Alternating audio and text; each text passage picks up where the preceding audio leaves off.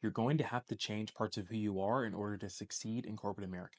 Here's why that's not a bad thing. Now, oftentimes when I talk about how to succeed in corporate America, especially as an outsider, or as I like to call it, a first generation professional, so many of you leave comments saying, I would never change who I am for a job, or, oh, this just feels super inauthentic. And I think you're all choosing to look past times in your life when you've already done this. For example, do you remember when you joined a sports team? The people in that group already had an established way of acting. And so when you joined, you probably learned new words or phrases. You probably wore the team's colors, and you probably found yourself interacting and going to different environments, places, and spaces that you normally would not go to were you not a part of that team. Now, let me be clear. You don't have to change anything about who you are. And I'm not telling you to do things that conflict with your personal or moral values.